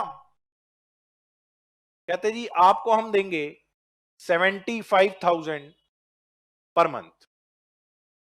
आप सीएम में हो, आपको कितना दे रहे हैं? कमिटमेंट वही है, 5 साल से पहले नहीं छोड़ोगे। आपको 1 साल में कितना दे रही है कंपनी? 9 लाख। 5 साल में कितना दे देगी? 5 साल में कितना दे देगी? आपकी फ्यूचर कमाई कितनी है? 45। दोस्त की कितनी है? आपकी एक्स्ट्रा कितनी है? क्यों? इस 30 के पीछे क्या रीजन है? आई बात समझ में? ये बात समझ में आ रही है कि फ्यूचर की कमाई। अब हम कोई बाबा है? हाँ, ये जॉब के कंटेक्स्ट में दिखाया मैंने आपको, बिजनेस में भी दिखता है। जॉब के कंटेक्स्ट में दिख रही है ना फ्यूचर की कमाई, बिजनेस में भी दिखा देंगे। चिंता क्यों कर रहे हो? बिना दिखाए चला थोड़ा ना जाऊंगा। बात समझ में आ रही है? वो 30 लाख जो आप एक्स्ट्रा कमा रहे हो, वो दोस्त आपका गली में कंचे खेलता रहता है, आप पढ़ते रहते हो, आपको होमवर्क करने से फुर्सत नहीं है। आज आप हार्डवर्क कर रहे हो ना, तो ये हार्डवर्क आपको पे करेगा नहीं करेगा?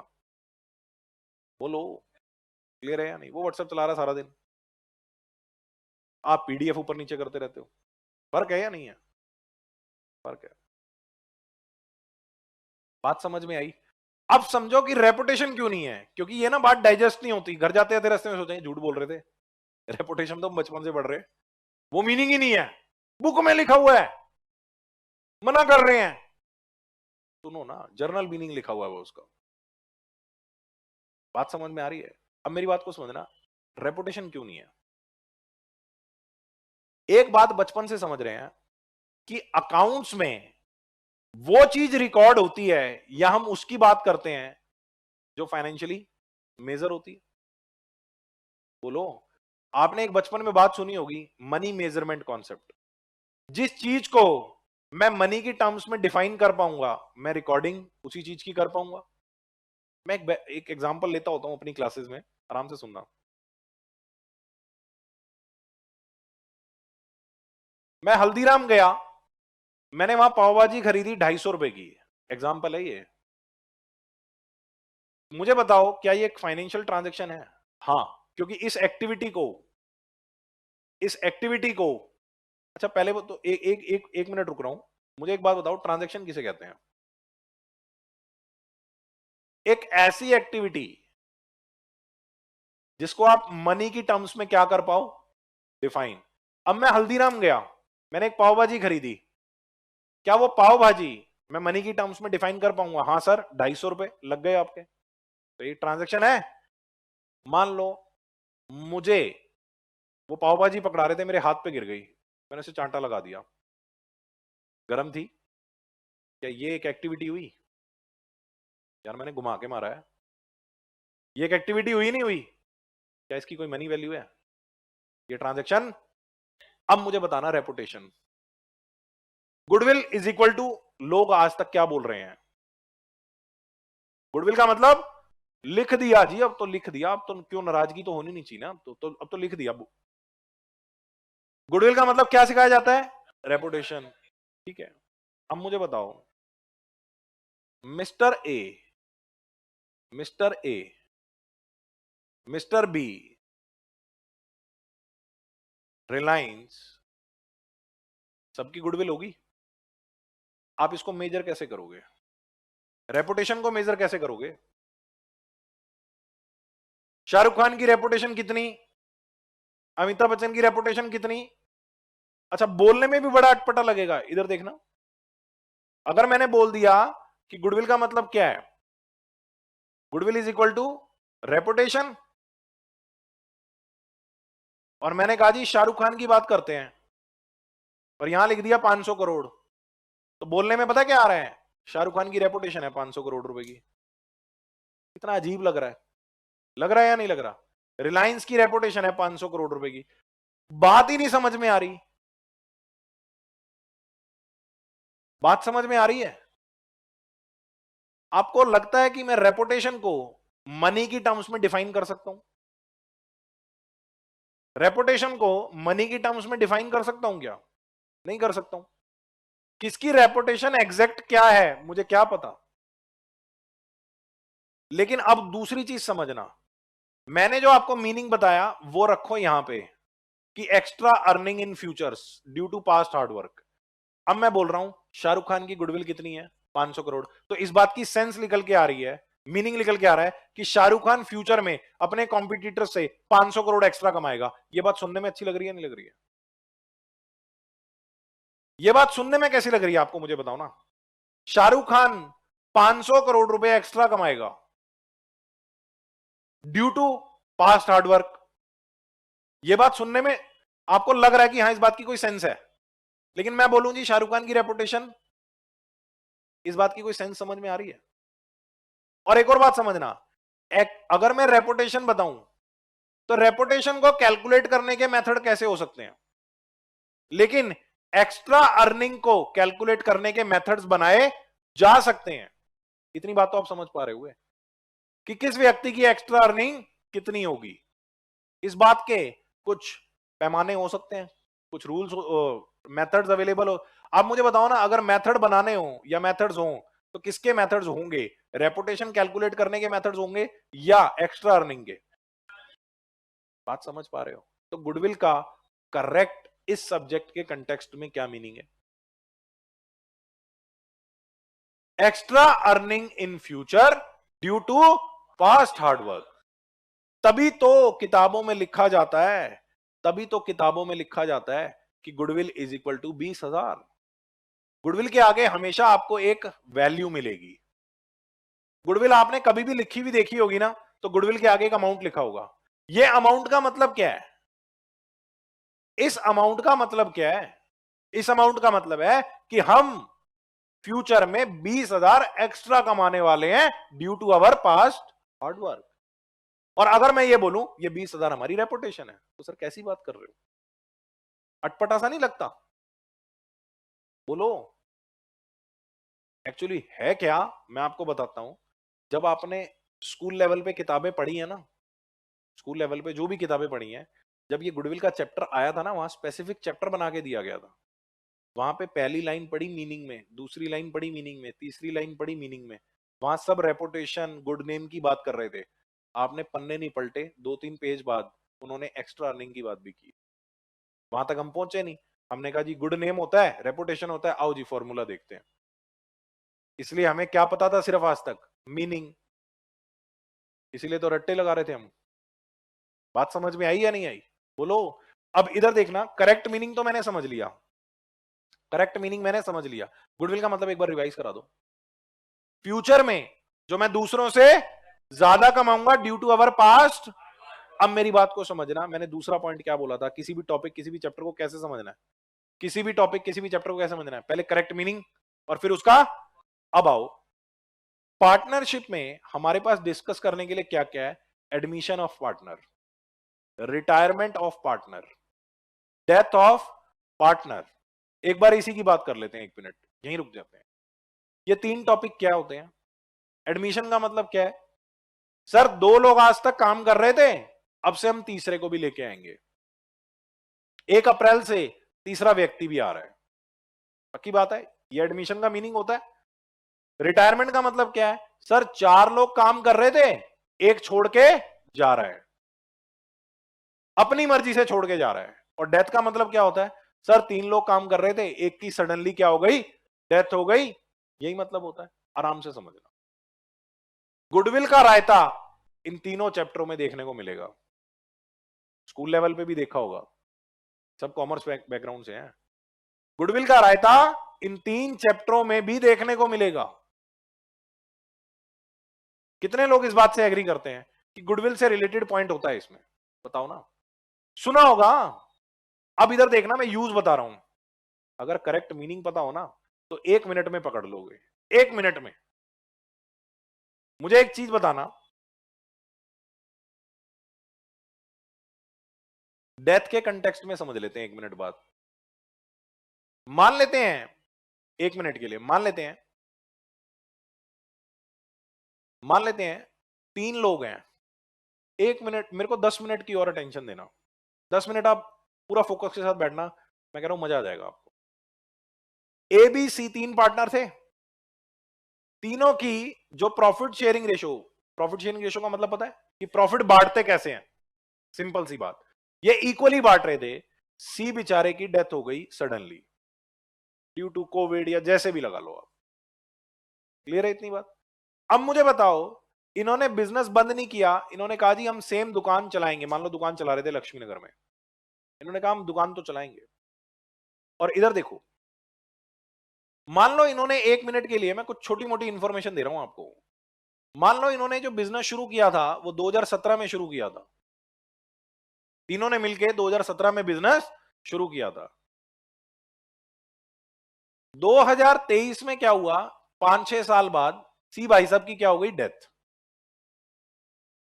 अब डेथ हो जाने पे नॉर्मल सी बात है, सी के घर वाले आए किनके पास? ए और बी के पास।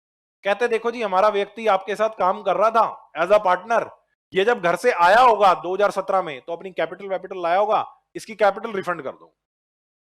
यानी कि सी के जो लीगल रिप्रेजेंटेटिव है उनका बेटा हो सकता है, उनकी मिसेज हो सकती है सी की, वो ए और बी के पास गए कि लाओ जी उनकी जो कैपिटल लगी हुई थी वो हमें क्या कर दो? रिफंड कर दो। बात होगी, पक्की बात है। बोलो, अब ए और बी कह रहे हैं, इधर देखना आराम से, बड़ा मजा आएगा, मैं कह रहा हूं। ए और बी कह रहे हैं लो जी रिफंड ले लो। किस चीज का? कैपिटल की चर्चा चल रही है, कह रहे हैं जी कैपिटल हम वापस कर देते हैं।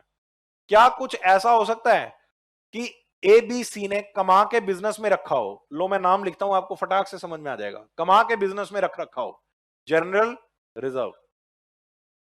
हमने पिछले 5 साल में 10-1 लाख रुपए कमा के रख लिए थे कि फ्यूचर में एक्सपेंड करेंगे बिजनेस को। तो ये 10 लाख में हम घर नहीं ले गए थे, बांटा नहीं था ये प्रॉफिट, तो इसमें भी तो सी का हिस्सा है।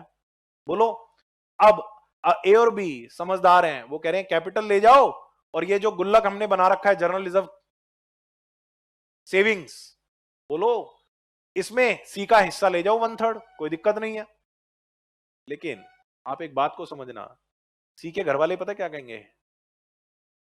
सी के घर वाले कहेंगे आपने बिजनेस शुरू किया था 2017 में, डेथ हुई है 2023 में, आपने पिछले 5 साल में बहुत मेहनत की बाजार के अंदर बिजनेस को एस्टेब्लिश करने में, कस्टमर्स को डिस्काउंट दिया, कस्टमर से बिहेवियर अच्छा रखा, तो अब कस्टमर आपकी दुकान पे आता है, क्वालिटी आपने मेंटेन करी, बहुत हार्डवर्क किया। अब जरा एक काम करिए, 2023 में खड़े होके ये सोचो कि क्या आपकी जो फर्म थी ए, बी एंड सी, क्या आपकी कोई गुडविल एग्जिस्ट करती है? यानी कि 2023 में आप एक काम करिए, डेथ हो गई सी की, कोई दिक्कत नहीं है, आप कोई ना कोई मेथड होंगे, पढ़ेंगे हम, कोई ना कोई मेथड होंगे अवेलेबल, आप ये चेक करिए कि क्या आपकी फर्म की कोई गुडविल थी। अब सोचो, जिस व्यक्ति की डेथ हो जाए, क्या उसके घर वाले रेपुटेशन की बात करेंगे? गुडविल का मतलब तो रेपुटेशन था। या वो क्या बात कहना चाह रहे हैं? सी के घर वाले कहेंगे कि एक बात बताओ, आज चेक करो, कोई ना कोई मेथड अवेलेबल होंगे, गुडविल है क्या आपकी कोई? गुडविल का मतलब फ्यूचर में 2024, 2025, 2026 क्या कोई ऐसा अमाउंट है जो आप अपने कॉम्पिटिटर से एक्स्ट्रा कमाने वाले थे? ड्यू टू पास्ट मान लेते हैं इन्होंने कोई मेथड्स लगाए, कुछ भी लगाया, इनकी गुडविल यहां पे आई 9 लाख। इस 9 लाख का मतलब क्या है कि ये लोग फ्यूचर में, अभी ये पीरियड आया थोड़ी ना बेटा 24, 25, 26, फ्यूचर में ये लोग 9 लाख रुपए कमाते जितना मर्जी, मान लो 35 कमाते टोटल, लेकिन 35 में 9 वो होता जो एक्स्ट्रा वाला है। दूसरे दुकानदार और हम कितना कमाते? 26, लेकिन हम 26 से ऊपर कितना कमाते? 9 लाख। तो हम टोटल कितना कमाते? मुझे एक चीज बताओ, ये 9 लाख किसका फल है? पास्ट। क्या ये 9 लाख में सी को हिस्सा ना मिलता? सी की मेहनत नहीं छुपी थी? तो हमारे जो सी के घर वाले होंगे वो क्या कहेंगे? इस 9 लाख में, ये 9 लाख का जो फल है, इसका रीजन क्या है? Past hard work. और उस हार्डवर्क में कंट्रीब्यूट किसने भी किया था? सी ने भी किया था। तो आप हमें कैपिटल दे रहे हो, बड़ी अच्छी बात है। आप हमें जर्नल रिजर्व जो कमा के रखा हुआ है उसमें हिस्सा दे रहे हो, बड़ी अच्छी बात है। लेकिन जो फालतू कमाओगे, देखो मेरी बात को समझना, जो ए और बी है ना, वो फ्यूचर में जो कमाएंगे ना, वो दो तरह का अमाउंट है। मान लो इन्होंने टोटल कमाया 35 लाख, फ्यूचर में एक एस्टिमेशन है कि 35 लाख कमाया, 35 में से तो 26 वो होगा जिसमें ए और बी के एफर्ट लगे होंगे, प्रेजेंट एफर्ट लगे होंगे। 26 लाख वो होगा जो 2024 में इन्होंने एफर्ट किए, 25 में एफर्ट किए, करंट एफर्ट्स होंगे। मैं आपको ये कहना चाह रहा हूं 35 लाख में दो डिवीजन करो, 26 लाख तो वो होगा जो उस टाइम के करंट एफर्ट्स होंगे, लेकिन 9 लाख वो होगा जो आपके ड्यू टू पास्ट एफर्ट्स की वजह से होगा। तो सी के घर वाले कहेंगे भाई ये जो फल लगा है ना, इसमें मेहनत सी की भी लगी थी, तो इसका भी जरा 1/3 हमें दे दो। यानी कि 3 लाख की गुडविल हमें आज ही पकड़ाओ। गुडविल का मतलब क्या था? फ्यूचर में जो आप एक्स्ट्रा कमाओगे ड्यू टू, तो वो जो पास्ट में मेहनत की गई है वो ए और बी द्वारा की गई है या ए बी सी द्वारा की गई है? तो सी ने जब वो मेहनत की थी, तो अगर वो होता तो इस 9 लाख में भी हिस्सा लेता। ये फल लग भले ही बाद में रहा है, लेकिन इसकी जो एफर्ट है, जो मेहनत है, उसमें सी ने अपना पसीना बहाया है। बताओ ये रेपुटेशन है। करेक्ट मीनिंग क्या होगा? Are you getting my point? बात समझ में आ रही है? इसका यूज समझ में आ रहा है? अब आपको यह समझ में आया कि डेथ के टाइम पे गुडविल की एडजस्टमेंट होनी चाहिए, नहीं होनी चाहिए? जर्नल एंट्री क्या होगी वो बात की बात है, मैं तो आपको यह बता रहा हूं ये होगा क्यों। अब आओ 1 मिनट के लिए, 1 मिनट के लिए, सिर्फ 1 मिनट के लिए, जो चीज आपने डेथ में सोची, डेथ में यह बात कर कौन रहा है? सी के घर वाले। दूसरा एग्जांपल लेते हैं जहां पे ए, बी और सी हैं, और सी कह रहा है जी मैं तो इंडिया छोड़ के जा रहा हूं, इसलिए मैं आपका बिजनेस आगे से कंटिन्यू नहीं कर सकता। सी जिंदा है। यह बात जो अभी सी के घर वालों ने की थी इन केस ऑफ डेथ, अब यह बात कौन बोलेगा? सी खुद बोलेगा। सी कहेगा जी 9 लाख रुपए हम कमाते, अब उस कमाई पे हक किसका होगा? पूरा का पूरा कौन खा जाएगा? ए और बी। तो लाओ जी मुझे मेरा हिस्सा दे दो। बात समझ में आ रही है या नहीं? यूज समझ में आ रहा है? पहले तो क्या समझा? Correct meaning. और अब क्या समझ रहे हैं? अब बच्चा क्या होता है? करेक्ट मीनिंग पता नहीं होता। स्टूडेंट का हाल क्या होता है? यार गुडविल की एडजस्टमेंट है। अब आप जब गुडविल की एडजस्टमेंट उठाओगे, आपको पहले तो यह पता है कि ये क्यों हो रही है, तो पेन पकड़ने का स्टाइल ही बदल जाता है, क्योंकि कॉन्फिडेंस होता है नहीं होता? उस टाइम बच्चा यूं लिख रहा होता है, आओ जी करें, होता है नहीं होता। अब एडमिशन के कंटेक्स्ट में समझना बहुत आराम से। ए बी, दो लोग पिछले 10 साल से काम कर रहे हैं, दो लोग पिछले 10 साल से काम करे चले जा रहे हैं। अब इनको पैसे की जरूरत है, बिजनेस एक्सपेंड करना है, ब्रांच खोलनी है। इन्होंने कहा सी भाई तू 2023 से आ जा हमारे पास, आता हुआ जरा कैपिटल ले आइयो। आता हुआ क्या करियो? पार्टनर है तू हमारा, बोलो क्लियर है या नहीं? पार्टनर है तू हमारा, कैपिटल ले आइयो भाई। अब मुझे बताओ, अब ए और बी उसको पता क्या समझाएंगे? भाई देख, जिस दिन तेरा एडमिशन हो रहा है ना, जिस दिन तेरा एडमिशन हो रहा है, हमारी उस डेट पे गुडविल एग्जिस्ट कर रही है 9 लाख रुपए। गुडविल का मतलब फ्यूचर में हम एक्स्ट्रा कमाएंगे 9 लाख। और इस 9 लाख के पीछे रीजन क्या है? Past hard work. पास्ट में कौन था? ए और एफर्ट किसने डाले? ये 9 लाख किसको मिलना चाहिए? लेकिन तू आज आएगा तो पार्टनरशिप डीड बनेगी, पार्टनरशिप डीड में हमारी पीएसआर लिखी जाएगी। और पीएसआर का मतलब क्या होता है? कि फ्यूचर में प्रॉफिट ऐसे बटेंगे। तो भाई इस 9 लाख में तू भी तो खाएगा ना, क्योंकि अगर हम तेरे को इस 9 लाख में नहीं देंगे तो तू हमारे ऊपर केस कर देगा कि ये एज पर द पीएसआर नहीं चल रहे जो डीड में लिखी है। तो हमें ये 9 लाख भी कैसे बांटने पड़ेंगे? एज पर, क्योंकि ये प्रेजेंट अर्निंग है या फ्यूचर अर्निंग है। तो फ्यूचर में जब ये 9 लाख रुपए फर्म की पॉकेट में आएंगे तो ये कैसे बटेंगे? As per PSR. और पीएसआर आज हम लिख रहे हैं एग्रीमेंट में 1:1:1। तो भाई तू ये बेफजूल में 9 लाख में 3 लाख खा जाएगा, तो तू कैपिटल तो ले ही आ, लेकिन ये जो गुडविल में तेरा हिस्सा बेफजूल में तू खा जाएगा, क्योंकि एग्रीमेंट में 2 रेशो नहीं लिखी जा सकती, एग्रीमेंट में एक ही रेशो लिखी जाएगी। और उसी एक रेशो में सारा प्रॉफिट बटेगा। तो ये 9 लाख में देख यार तेरा हिस्सा बनता नहीं है और तू खाएगा। तो तू एक काम कर, इस 9 लाख में तेरा हिस्सा बनेगा 3 लाख, तू उस टाइम ले लियो। 3 लाख हमें कैपिटल के साथ जोड़ के दे दे अभी आज ही। तो आने वाला पार्टनर कैपिटल भी लाता है और प्रीमियम फॉर गुडविल भी लाता है। What do you mean by premium? Premium का मतलब क्या है? प्रीमियम का मतलब क्या है? Extra money, extra money, extra money. Capital तो मैं लाऊंगा ही, एक्स्ट्रा मनी लानी पड़ेगी ओवर एंड अबव कैपिटल। क्या? गुडविल।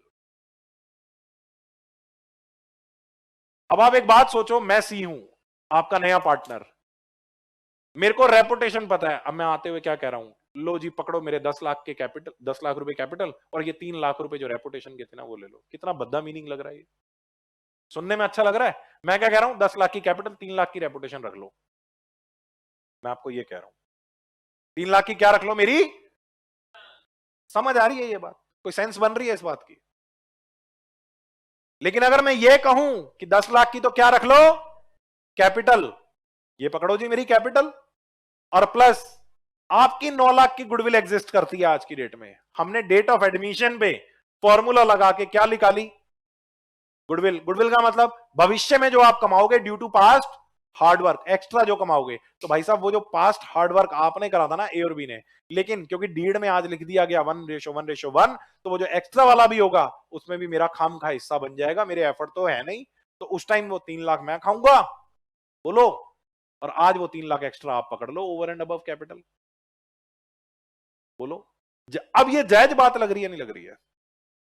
आता हुआ पार्टनर लेकर के आएगा क्योंकि वो फालतू में खाएगा एज पर दी डीड, एज पर दी पीएसआर, और जाता हुआ पार्टनर लेकर के जाएगा, वो कहेगा भाई साहब अगर मैं होता तो मैं खाता ना, एफर्ट तो मेरे लगे थे, मेरा भी हिस्सा बनता, तो मुझे दो। क्योंकि फ्यूचर में बचेगा कौन उस अर्निंग को खाने के लिए? ए और बी। और अगर वो खुद नहीं है सी, तो उसके घर वाले कहेंगे ला भाई। अब आप ईमानदारी से सोचना, गुडविल की एडजस्टमेंट आपने इन तीनों चैप्टरों में देखी है नहीं देखी है? समझ आ रही बात? मैंने आपको जो ब्रेक से पहले बोली थी बात, फायदा हुआ या नहीं हुआ आपको? अब आप एक बात सोचो, अब जब आप एडमिशन का क्वेश्चन करोगे, रिटायरमेंट का क्वेश्चन करोगे, डेथ का क्वेश्चन करोगे, आपको इस पॉइंट को क्या मुझे एक्सप्लेन करने की जरूरत है कि why goodwill is there, goodwill यहां क्यों है? आप क्या कहोगे? अरे भाई लॉजिकल, अब ये सोचो रेपुटेशन होगी है, इस सब्जेक्ट के कंटेक्स्ट में इसका मीनिंग तो समझो। रेपुटेशन है, बंदे की डेथ हो गई, घर वाले रेपुटेशन मांग रहे हैं, डेथ ऑफ अ पार्टनर। ईमानदारी से बताना कितने लोगों को ये मीनिंग पता था जो मैंने बताया? ये मीनिंग थोड़ा बहुत पता था, लेकिन जनरली क्या पता था? Good name, brand value, reputation, generic meaning है, वो जनरल मीनिंग है। बात समझ में आई? चीज को समझो कि वो क्या हो रहा है। अब आप ये सोचो, अगर ये मीनिंग गलत पता हो, मैं भी बोलूं रेपुटेशन होती है जी गुड नेम, फलाना ढिमकाना, ये वो, तो ये मीनिंग अगर गलत पता हो तो ये कितने चैप्टरों में रायता फैला देगा? कम से कम तीन। तीन तो हमने समझ लिए, इसके आगे भी तो हो सकता है कुछ। कम से कम तीन में तो बेड़ा गर्क कर ही देगा, क्योंकि हर बार आएगा। बोलो। अच्छा, वहां पे बच्चा क्या होता है, अब इसका करेक्ट मीनिंग ना पता हो तो ये क्यों होता है, किस लिए? अब एक बात सोचो, आराम से सोचना, इनपुट की बात समझो। आप कल को सीएमए बन गए, बनोगे ही, इस बात में आपको शक हो सकता है, मुझे नहीं है। बच्चे को तो अपने ऊपर हमेशा ही डाउट रहता है। आपसे इंटरव्यू में पूछ लें, वो पूछ लें गुडविल, अरे गुडविल रेपुटेशन, इतना तो फोन पे पूछ लेते, बुलाया यहां पे। जैसे ही आपने बोला रेपुटेशन, कहते कोहिनूर यही है, घर भेजो इसे जल्दी, इसे मेट्रो स्टेशन तक छोड़ के आओ। बात समझ में आ रही है या नहीं? बोलो कि वापस ना आ जाए। अच्छा, कह रहा है वापस ना आ जाइए, बताओ, है ना गड़बड़? सीधा बाहर। अच्छा, वो ऐसे नहीं कहते बाहर, अच्छा बताते हैं जी, फोन तो कभी आएगा नहीं, हम कहते मेल नहीं आई। भाई जो तू बता के आया है उस हिसाब से तो बनती भी नहीं है, बनती है? बोलो। कहते हैं जी मिलके बड़ा मजा आया आपसे। इतना गलत कोई कैसे हो सकता है? समझ रहे हो? रेक्टिफिकेशन ऑफ एरर जीवन में नहीं है, वहां तो जो बोल दिया ये किताबों में ही है बस। वहां ये बोल सकते हो मेरी क्लास मिस हो गई थी, बैकअप नहीं ले पाया मैं, कर सकते हो ऐसी ऐसी बातें। इंपॉर्टेंस को समझो। मैंने आपको गुडविल का करेक्ट मीनिंग बता, अब आप एक बात सोचना, अगर मैं आज आके, अभी जब मैंने शुरू किया हमने, मैं आके आपको चैप्टर के नाम लिखवाता तो ये आएगा, ऐसे भी कर सकता था मैं, तो बेटे इंडेक्स तो आप किताब का घर पे भी खोल लेते, इंडेक्स ही बनवाना था, फिर इंडेक्स तो अभी मेट्रो में ही डाउनलोड हो जाता, दिक्कत क्या थी? इंडेक्स बनाने आए हैं हम यहाँ, ये सब्जेक्ट बनेगा स्ट्रेंथ, ये मेरा वादा है आपसे, पर उसके लिए सिर्फ रेगुलरिटी। अब समझ में आया क्लास? अब आपको ना क्लास की इंपॉर्टेंस समझो। अगर आप चले जाते तो शायद आपका, पता नहीं जिंदगी में ये मौका दोबारा आता नहीं आता, गुडविल का करेक्ट मीनिंग। इसीलिए मैं कहता हूं, अब मेरी एक एक बात को ध्यान से सुनना, मैंने क्या क्या बोला था। मैंने क्या बोला था? आप बीमार हो, आके बैठ जाओ, सुन लो, नोटिंग नहीं होगी कोई दिक्कत नहीं है, गैप आ जाएगा ना अगर कहीं पे भी, एक फ्लाईओवर है, अगर बीच में गैप छोड़ देंगे ना एक्सीडेंट ही होंगे, कोई महा नहीं होगा जो स्टंट करके पहुंचेगा वहां। और ये नॉलेज भी ऐसी है। इंटरव्यू में क्वेश्चन आया गुडविल, 100 कैंडिडेट बैठे हैं, 95 ने तो क्या ही बोल देना है, रेपुटेशन। अच्छा चलो, मैं कहता हूं कंपनी वाले दलेर थे, बैठे रहने दिया, कहते बिठाओ इनको, कहते क्यों कैलकुलेट करते हैं? कहते बस करते हैं, आप ये ना पूछा करो क्यों करते हैं, रेपुटेशन होती है जी फर्म की। वो पूछ रहे हैं जी एडमिशन के टाइम पे क्यों करते हैं, और इसी बात को फिर हम कंपनी के कंटेक्स्ट में भी समझेंगे।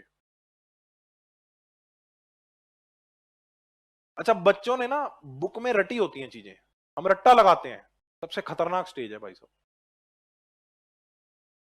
और रट्टा लगाने वाले बच्चे का तो हाल ऐसा हो जाता है, उससे पूछो बेटे आपका क्या नाम है, कहता मैं लक्ष्मी नगर रहता हूं। पूछ रहे हैं कुछ और, बता कुछ और रहा है। कहते जी मैं लक्ष्मी नगर रहता हूं। मैं कहा नाम, कहता लक्ष्मी नगर। मैं कहा लक्ष्मी नगर आपका नाम है? ये हाल है रट्टा लगाने वाले बच्चे को। ये मैं क्यों बता रहा हूं, अब इससे कनेक्ट करना। कंपनी वाले पूछते हैं गुडविल का मतलब क्या है, बच्चा पता क्या जवाब दे रहा होता है, it is of two types, self generated and purchased. Company वाले क्या पूछ रहे हैं, मीनिंग, और आप क्या बता रहे हो, टाइप। आएगा वो, छोड़ो, मैं वैसे बता रहा हूं आपको, वो पूछ कुछ रहा है, आप बता कुछ रहा है। कहते अब मत बिठाओ इसे, अब भेज दो, पहले तो मीनिंग गलत था। समझ पा रहे हो या नहीं भाई साहब? कंपनी की बैलेंस शीट में गुडविल आ रही है, आप कह रहे हो रेपुटेशन है भाई साहब कंपनी की। होगा या नहीं होगा? कंपनी को डुबोने की जिम्मेवारी हमारी, हम ही तो डुबोएंगे। मीनिंग ही गलत पता है, समझ रहे हो? ये बात समझ में आई आपको थोड़ी मोड़ी?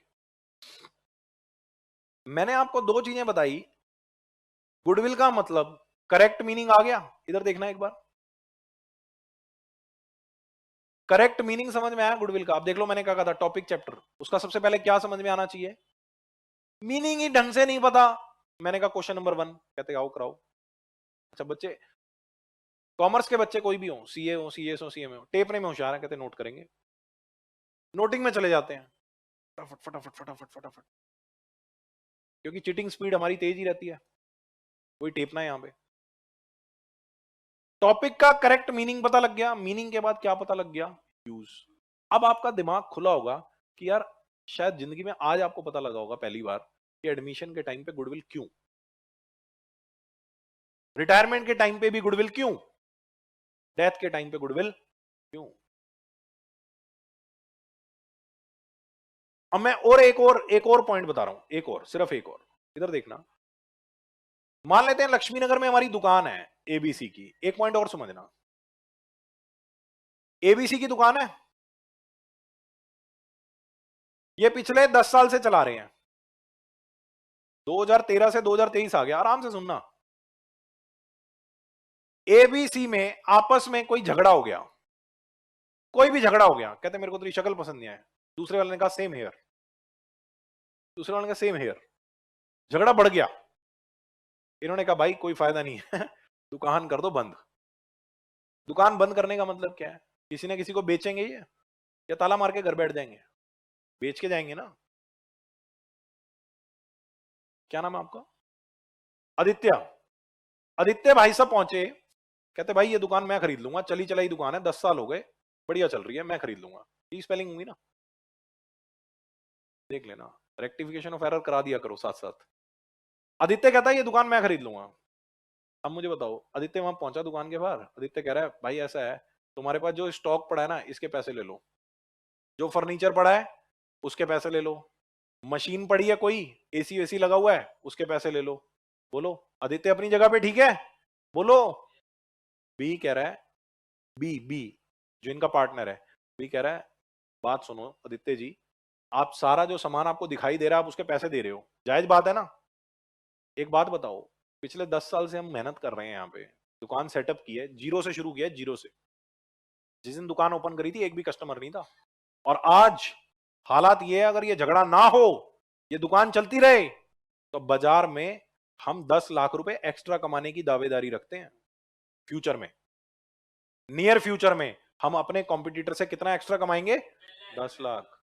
अगर हमारा झगड़ा ना हो, हम यहां टिके रहें, इस काउंटर पे काम करते रहें, तो हमारी पॉकेट में 10 लाख एक्स्ट्रा आएगा। आज आप ये दुकान खरीद लोगे तो ये पॉकेट में किसकी आएगा? लाओ ये 10 लाख भी दे दो, क्योंकि रिसीव करेगा कौन ये 10 लाख? क्या कस्टमर को इस बात से फर्क पड़ता है, कस्टमर को इस बात से फर्क पड़ता है कि एबीसी मालिक है या आदित्य मालिक है? कस्टमर ने तो आना है, सामान लेना है, चले जाना है। बोलो, क्लियर है या नहीं? इस बारे में भी चर्चा करेंगे। ऑनर कभी भी ना फ्रंट एंड पे आपको मिलता ही नहीं, दिखता ही नहीं। मुझे एक चीज बताना आराम से, हाइपोथेटिकल एग्जांपल है, हाइपोथेटिकल का मतलब ऐसा कुछ हो नहीं रहा और मेरे को लगता भी नहीं है, इमेजिनरी, फेस वैल्यू की जो बात कर रहे हो, आपके दिमाग में ना कहीं ये बात आई है अभी कि कस्टमर तो ब्रेक हो जाएगा, मतलब कस्टमर आपकी दुकान पे नहीं आएगा। मैं आपको एक छोटा सा इमेजिनरी एग्जांपल देता हूँ, इमेजिनरी है, ऐसा कुछ मेरे को लगता भी नहीं होगा। सिंपल एग्जांपल है, आपके पास सिम कौन सी है? अगर आज आपको पता लगे कि सुनील भारती मित्तल जी, एयरटेल के जो मालिक हैं, वो अपनी कंपनी जियो को बेच रहे हैं, आप पोर्ट करा लोगे? और जियो कह रही है कि एयरटेल चलेगी अलग और जियो चलेगी, जियो ये रिलायंस ये कह रही है, सुनील, मैं दोबारा रिपीट कर रहा हूं, सुनील भारती मित्तल जो एयरटेल के मालिक हैं वो कह रहे हैं, एग्जांपल है कि वो कह रहे हैं जी मैं अपनी कंपनी किसको बेच रहा हूं, रिलायंस को, जियो को बेच रहा हूं, और जियो कह रही है कि जियो चलेगी अलग और एयरटेल चलेगी, आप अपनी सिम पोर्ट करा लोगे? क्यों? आप अपनी सिम पोर्ट क्यों नहीं करा रहे? मालिक तो चेंज हो गया। क्या कस्टमर ने वो प्रोडक्ट छोड़ दिया? ही विल कंटिन्यू अनलेस कि क्वालिटी ना कम हो जाए। क्वालिटी, अगर आपके सिग्नल सही आ रहे हैं, व्हाट्सएप बढ़िया चल रहा है, तो आप ये दिमाग थोड़ी ना खराब है कि जियो में पोर्ट करा लेंगे। नहीं नहीं, वो भारती छोड़ गया, जियो कराओ अब तो। हिंदुस्तान में बहुत सी कंपनियां बिकती हैं, खरीदी जाती हैं, कस्टमर प्रोवाइडेड, कंडीशन क्या है, क्वालिटी सेम बरकरार है, तो कस्टमर कहीं नहीं जाता। फिर अगर आप जो है दुकान खरीदोगे, आपकी दुकान भी सुबह 9 बजे खुल रही है और एबीसी भी 9 बजे खोल रहे थे, आपकी दुकान भी 11 बजे तक खुली होती है और एबीसी भी 11 बजे तक, टाइमिंग्स आपने सेम रखे हैं। मान लो बुक शॉप थी तो सारी बुक्स अवेलेबल हैं जो एबीसी के टाइम पे भी अवेलेबल होती थी। आप सारी स्टडी तो करके रखोगे ना, इस मार्केट में कौन सी बुक्स ज्यादा बिकती हैं, किसका कस्टमर ज्यादा है। अगर आप वो सेम मेंटेन कर गए तो फिर प्रॉफिट थोड़ी ना घटेगा। आप इस चीज को तो समझो ना, मालिक से क्या फर्क पड़ता है, मालिक फ्रंट एंड पे कभी होता ही नहीं। आज मान लो एक छोटी सी न्यूज छपे कि जो बीकानेर स्वीट्स है, बीकानेर वाले हैं ना, बीकानेर, वो हल्दीराम ने टेक ओवर कर लिया और बीकानेर बीकानेर के नाम से ही चलेगा। क्या दिक्कत है? बीकानेर की अपनी फैन फॉलोइंग है, हल्दीराम की अपनी फैन फॉलोइंग है। मालिक चेंज होने से देखो, जब तक क्वालिटी ना गिरे ना कोई फर्क। आपके दिमाग में यही बात आई थी ना कि जी मालिक चेंज हो गया, फेस वैल्यू होती है। अब बताओ, बात समझ में आई या नहीं आई? हाँ, जो नया बंदा आता है ना वो कुछ और फीचर ऐड करता है, उल्टा वो उस फैन फॉलोइंग को, उस कस्टमर बेस को बढ़ाने की सोचता है। समझ रहे हो? और एक और बात बताऊं मैं आपको, अगर मैं आपके पॉइंट ऑफ व्यू से सोचूं कि जो बायर है दुकान का, वो 10 लाख देने के लिए एग्री क्यों हो जाता है, ओवर एंड अबव जो उसको दिख रहा है। मान लो 1 करोड़ का स्टॉक दिखा, 20 लाख का फर्नीचर दिखा, 10 लाख की मशीन दिखी, तो आपको 1 करोड़ 30 लाख का तो सामान दिख ही रहा है, आप 1 30 तो दे ही रहे हो। लेकिन आप ये 10 लाख जो आपको दिख नहीं रहा अभी, ये तो फ्यूचर में है ना, ये भी आप देने के लिए एग्री पता है क्यों हो जाते हो? Because you are expecting something better in future. आप वही तो दुकान खरीदोगे ना जहां आपको फ्यूचर, आप किसी पिटी हुई दुकान में 10 लाख उसके थोड़ा ना दे दोगे एक्स्ट्रा।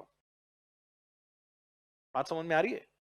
ये चीज आज कितनी एयरलाइंस बिकती हैं, क्या कस्टमर बेस कम हो जाता है? नहीं।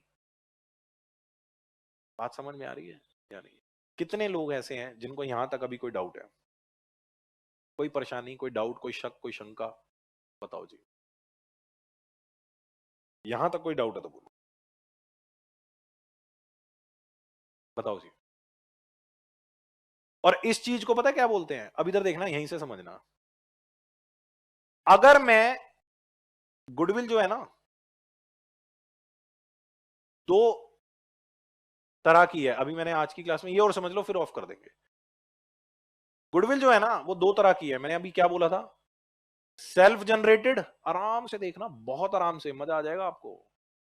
सेल्फ जनरेटेड और एक परचेज्ड, यही बोला था आज की क्लास में, ये और कर लो, 2 मिनट में खत्म है। परचेज गुडविल,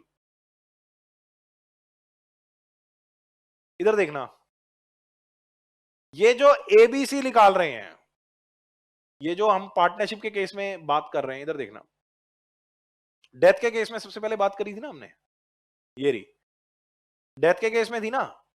इसमें मुझे बताओ, ये जो पास्ट एफर्ट लगे हैं, ये एबीसी के लगे हैं या नहीं लगे हैं? ये एबीसी के लगे हैं या नहीं लगे हैं? एफर्ट किसके हैं, इनके अपने या दूसरों के? ये गुडविल जो 9 लाख निकाली थी, ये कौन सी कहलाएगी? और जो आदित्य जी 10 लाख रुपए एक्स्ट्रा दे रहे हैं, ये एफर्ट के लिए तो दे रहे हैं, ये एफर्ट इनके अपने थे या दूसरे के थे? इनके अपने थे या दूसरे के? अगर ये दूसरे के एफर्ट के लिए पैसा चुका रहे हैं तो क्या है? ओए होए होए होए, इतनी महंगी बात समझ गए आप। यही तो प्रोफेशनल आदमी का फायदा है, बोलो कम समझो ज्यादा।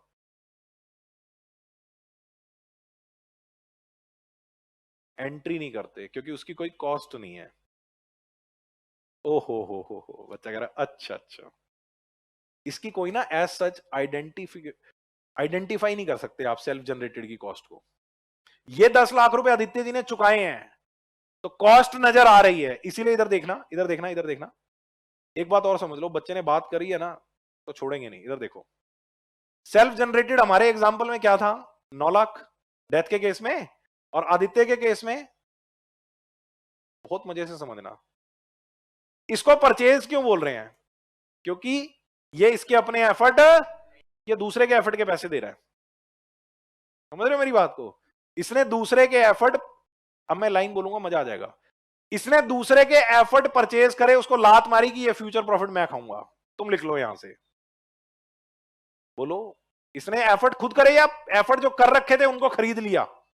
वो काउंटर खरीद लिया ना, एफर्ट लगे हुए थे उसमें। ये परचेज गुडविल है, आराम से समझना। क्या इसकी कॉस्ट आदित्य को ढूंढनी आसान है या नहीं है? बिल्कुल आसान है। इसकी कॉस्ट आइडेंटिफाई करना इजी है क्योंकि इसने पे करा है।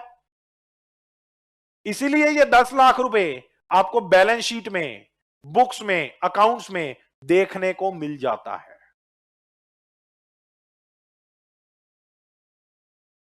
देखने को मिल जाता है। बात समझ नहीं? क्योंकि जैसे मशीन खरीदते हैं उसकी कॉस्ट आइडेंटिफाई करते हो, तभी तो मशीन को कहां ले जाते हो? बैलेंस शीट में, क्योंकि कॉस्ट आइडेंटिफाई करते हो। आदित्य इस गुडविल को अपनी कहां दिखाएगा? बैलेंस शीट में। बोलो, क्लियर है? अब सवाल यह है कि पार्टनरशिप फर्म 9 लाख को बैलेंस शीट में क्यों नहीं दिखाती? उसका कारण है, ये 9 लाख क्या है? हम फ्यूचर में जो कमाएंगे दूसरों से ज्यादा ड्यू टू अवर पास्ट। इस 9 लाख के अगेंस्ट कॉस्ट कितनी लगी है पता ही नहीं, ढूंढ ही नहीं सकते। इसीलिए हम इसको बैलेंस शीट में नहीं दिखाते, इसकी एडजस्टमेंट करते हैं। एडजस्टमेंट कैसे करते हैं वो बात की बात है। ये एडजस्टमेंट ही तो थी कि डेथ के केस में सी के घर वाले क्या कह रहे हैं, लाओ जी 3 लाख दे दो। हम सिर्फ सेल्फ जनरेटेड गुडविल को कैलकुलेट करते हैं, कैलकुलेट करके सी का हिस्सा निकालते हैं और उसके घर वालों को पकड़ा देते हैं। ये 9 लाख कहीं बैलेंस शीट में नहीं आता क्योंकि इसकी कोई आइडेंटिफाइड कॉस्ट नहीं है। लेकिन ये तो कॉस्ट साफ नजर आ रही है, ये तो पे है, बैंक स्टेटमेंट में ही देख लो। बोलो, बात समझ में आई?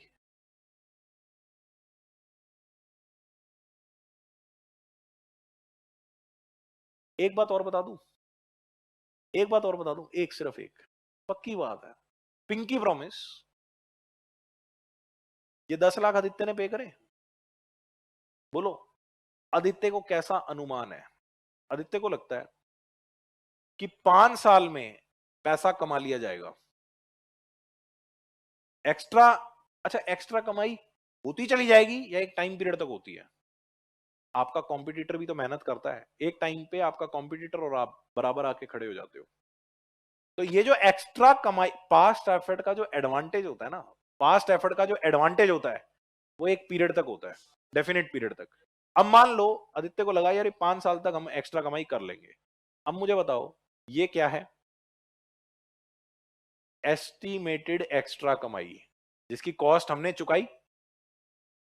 बोलो, एस्टिमेटेड, ये क्या है? ये एस्टिमेटेड ही तो है, एस्टिमेटेड एक्स्ट्रा कमाई। अब मुझे बताओ, ये 10 लाख रुपए आदित्य ने एबीसी को दिए, किस लिए? कि भैया फ्यूचर में एबीसी कमाते दूसरों से ज्यादा, तो ये एस्टिमेटेड ही तो था। अब फ्यूचर में काउंटर पे खड़ा कौन है? आदित्य। अब मुझे बताओ, आदित्य ने पहले साल 3 लाख कमाया, एक्स्ट्रा एक्स्ट्रा की बात कर रहा हूं, एक्स्ट्रा की, फिर 3 लाख कमाया, फिर 3 लाख कमाया एक्स्ट्रा। मान लो 5 साल में आदित्य ने कितने एक्स्ट्रा कमा लिए? एक्स्ट्रा एक्स्ट्रा एक्स्ट्रा कितने कमाए? 15। अब मुझे बताओ एक्चुअल एक्स्ट्रा कमाई कितनी है? अब नहीं नहीं, एक्चुअल एक्चुअल 15। अब आराम से समझना, आदित्य भाई साहब क्या करेंगे? अपना हर साल क्या बना रहे होंगे? Trading PNL. बोलो, आदित्य क्या करेगा? ये 3 लाख रुपए मुझे बताओ, ये जो कमाई वाले हैं, आराम से समझना, बड़ी महंगी बात समझ रहे हो आप, ये जो 3-3 लाख रुपए हर साल कमाई वाले हैं, ये ट्रेडिंग पीएनएल में कौन सी साइड आ रहे होंगे? क्रेडिट साइड, इनकम साइड आ रहे होंगे। क्या इस एक्स्ट्रा कमाई की कोई कॉस्ट भरी है आदित्य ने? बेटे 10 लाख। इस एक्स्ट्रा कमाई के लालच में आदित्य ने कितने पैसे फालतू दिए थे? इस 10 लाख को भी आदित्य एसएलएम बेसिस पे 2-2 लाख करके हर साल अमोटाइज करेंगे। इसे बोलते हैं मैचिंग कॉन्सेप्ट। ये 10 लाख जो चुकाए हैं, क्या 1 साल में रिकवर होंगे? मशीन को जैसे एसएलएम बेसिस पे, मशीन की डेप्रिसिएशन, मशीन को समझो, मशीन आपने 1 लाख की खरीदी, 20% डेप्रिसिएशन है, एसएलएम मान लो, इसका मतलब हर साल कितना कितना पीएनएल में डेप्रिसिएशन दिखाओगे? 20-20 हजार। एक बार क्यों नहीं 1 लाख डेबिट करते? एक बार में 1 लाख डेबिट क्यों नहीं करते? क्यों सर? ये मशीन इस साल चलेगी, प्रोडक्शन करेगी, प्रोडक्शन करने से सेल होगी। बोलो, सेल रेवेन्यू किस पीरियड का है? 1 साल का है या 5 साल का है? 1 साल का है, तो 1 साल की depreciation, this is called matching concept. आप समझ रहे हो? The revenue of the period should be compared with the cost of the period. बात समझ में आई है? या मोटाइज वगैरह की बात अगर नहीं समझ में आई होगी लास्ट के 5-7 मिनट की, तो कोई दिक्कत वाली बात नहीं।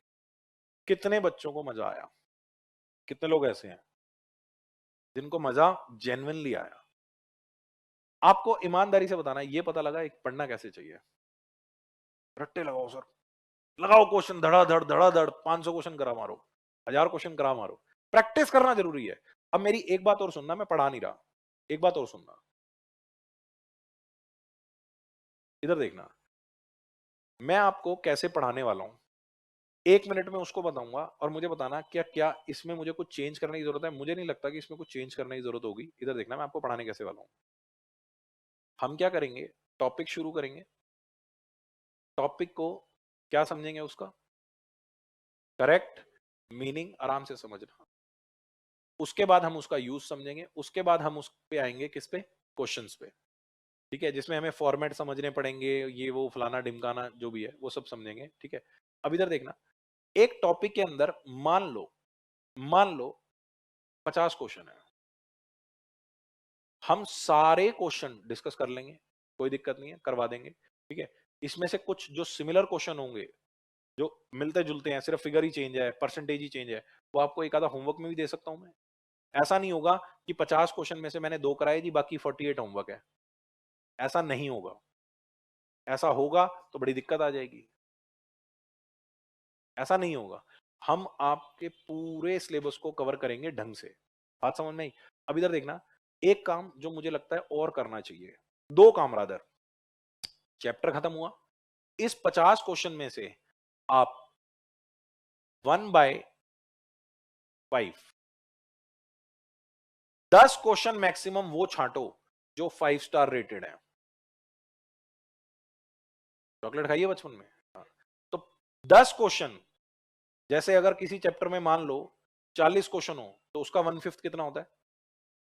8। यानी कि उस चैप्टर में आपको कितने क्वेश्चन छांटने हैं? 8। अब एक बात को समझना, ये 8 क्वेश्चन या 10 क्वेश्चन क्या होंगे, जब आप अगली बार इस चैप्टर को करने बैठोगे, तो आपको ये 8 क्वेश्चन या वो 10 क्वेश्चन हाथ से करने पड़ेंगे। बात समझ में आई या नहीं आई? पेपर आते आते तक आपको इस 8 को 3 पे लेके आना है और इस 10 को 2 या 3 पे लेके आना है। मतलब हर चैप्टर से एवरेजली आपके 3 से 4 क्वेश्चन वो होने चाहिए जो आप एग्जाम से एक दिन पहले हाथ से करके देख लोगे। मैंने आपको क्लास की शुरुआत में क्या बताया था, हमारे पास एग्जाम से 24 घंटे पहले की कोई प्लानिंग नहीं होती, ये वो प्लानिंग है।